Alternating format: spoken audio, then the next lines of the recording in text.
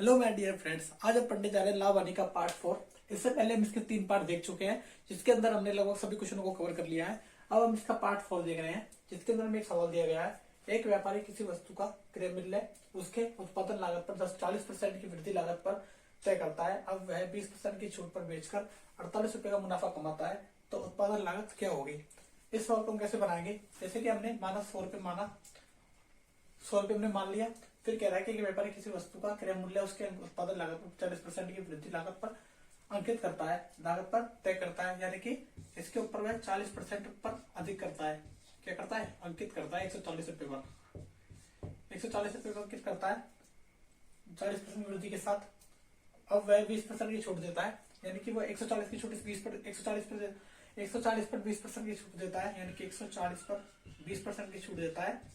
तो कितनी छूट देता है? 14 दूना 28, यानी कि 140 माइनस 28 112 रुपए, यानी कि 100 रुपए की वस्तु को वह 112 में बेचता है। तो ये कितने में अधिक में बेचता है? 12 अधिक में।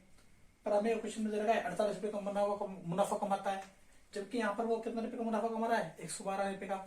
जबकि हमारी वस्तु कितनी होनी चाहिए? हमने 100 रुपए, 100 रुपए की वस्तु को 112 में बेचता है, तो 12 रुपए का मुनाफा कमाता है। लेकिन एक्चुअल में हमें यहाँ पे दे रखा है 48 रुपए का मुनाफा कमाता है, जो किससे कितने गुना ज्यादा है? 4 गुना ज्यादा। 12 चौक 48, तो 1% की वैल्यू हमारे पास आ गई 4। तो 100% की वैल्यू हो जाएगी 400, जो कि हमारे इस क्वेश्चन का आंसर है, जो कि ऑप्शन हमारे बी में दे रखा है। इसी प्रकार एक और सवाल में देख रखा है यहाँ पे।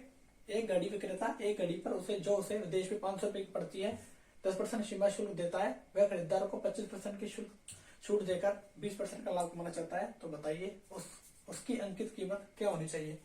एक व्यक्ति है जो 500 रुपए घड़ी लेके आता है और उस पर वह 10% टैक्स दे देता है,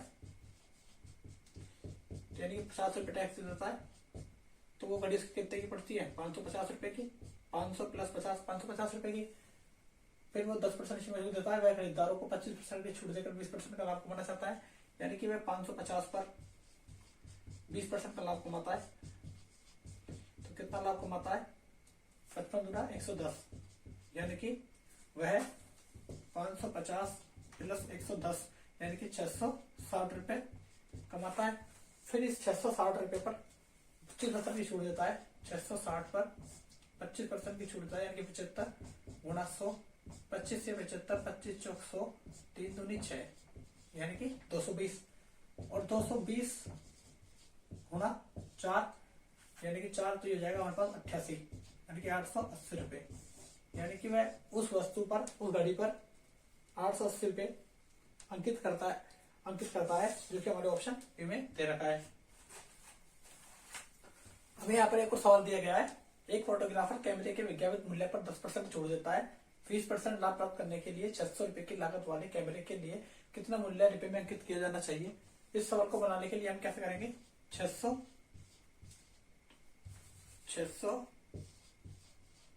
गुना 120 पर 20% का लाभ, यानी 120, और 10% की छूट देता है 90।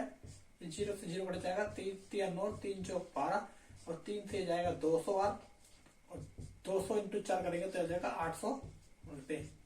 यानी कि उस कैमरे का मूल्य 800 रुपए अंकित किया जाना चाहिए, जो कि हमारे ऑप्शन बी में दे रखा है। इसके बाद नेक्स्ट सवाल देखेंगे।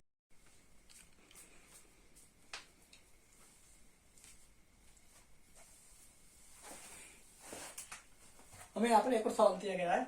एक डिनर सेट का मूल्य 1500 रुपए अंकित किया जाता है। ग्राहक इसके लिए 1173 रुपए अदा करता है।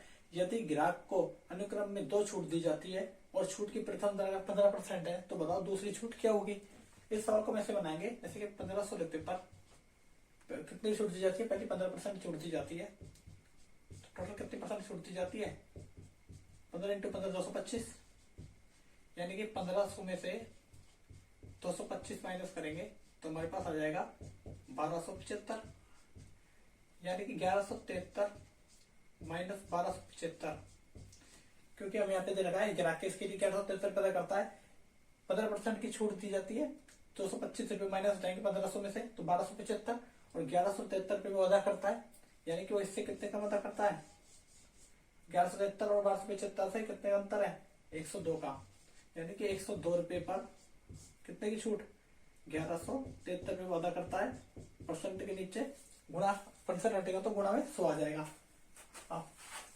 नहीं 1173 नहीं, ये आ जाएगा 1275। कितने की छूट दे रहा है? 102 की। कितने की छूट है? 102 की। किसके ऊपर? 1275 ऊपर, 1275 के ऊपर। तो ये आ जाएगा 17 छिक्की 102 और 17 से कट जाएगा 17 सत्ता है 119 और 17 पंजो 85 और ये कट जाएगा 25 से 75 और 25 चौक 100, 3 से कट जाएगा 2 बार, 4 दूनी 8% हमारे पास सेकंड दर निकल के आ जाएगी। अब इससे पूछेगा दूसरी दर कितनी होगी? तो 8% दूसरी दर होगी, जो कि हमारे ऑप्शन सी में दे रखा है। हमें यहाँ पर एक और सवाल दिया गया है, एक दुकानदार अपने पुराने स्टॉक को लागत मूल्य पर 25% होने में बेचता है, लेकिन 30% कम वजन का उपयोग करता है, उसका प्रतिशत लाभ या हानि क्या होगा? हमें दशमलव तक मान बताना है, जो कि हमारे नीचे ऑप्शन दिए गए हैं। इसको हम ऐसा करेंगे, जैसे कि हमने मान लिया 100 रुपए हमने कोई वस्तु का मूल्य मान लिया। फिर ये कह रहा है कि दुकानदार अपने पुराने स्टॉक को लागत मूल्य पर 25% होने में बेचता है, यानी कि 25% कम में बेचता है, यानी कि 100 रुपए की वस्तु को 25% कम में बेचता है, यानी कि 75 रुपए में बेचता है। फिर क्या कह रहा है? लेकिन 30% कम वजन का प्रयोग करता है, यानी कि बाट होता है उसमें 30% कम वजन का वेट का यूज करता है, यानी कि इस पर 30% कम यूज करता है वजन का, तो ये हो जाता है 70%। तो 70 रुपए की चीज को 75 में बेच रहा है, तो कितने का लाभ कमा रहा है? हमें साफ साफ दिखाई दे रहा है 5 का।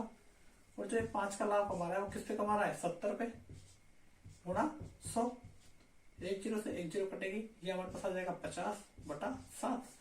जब हम इसको सोल्व करेंगे तो ये आ जाएगा 7 7 49 पॉइंट, और ये आ जाएगा 7 एकम 7 और 7 और ये 4, यानी 7.14। ये हो जाएगा हमारा प्रॉफिट। हमको ऐसे पता लगेगा प्रॉफिट होगा लॉस। 70 रुपए की वस्तु को 75 में बेच रहा है, यानी कि 70 की चीज को 75 में बेच रहा है, यानी कि 5 रुपए का लाभ कमा रहा है, तो 7.14% का प्रॉफिट हो जाएगा, जो कि हमारे ऑप्शन बी में दे रखा है।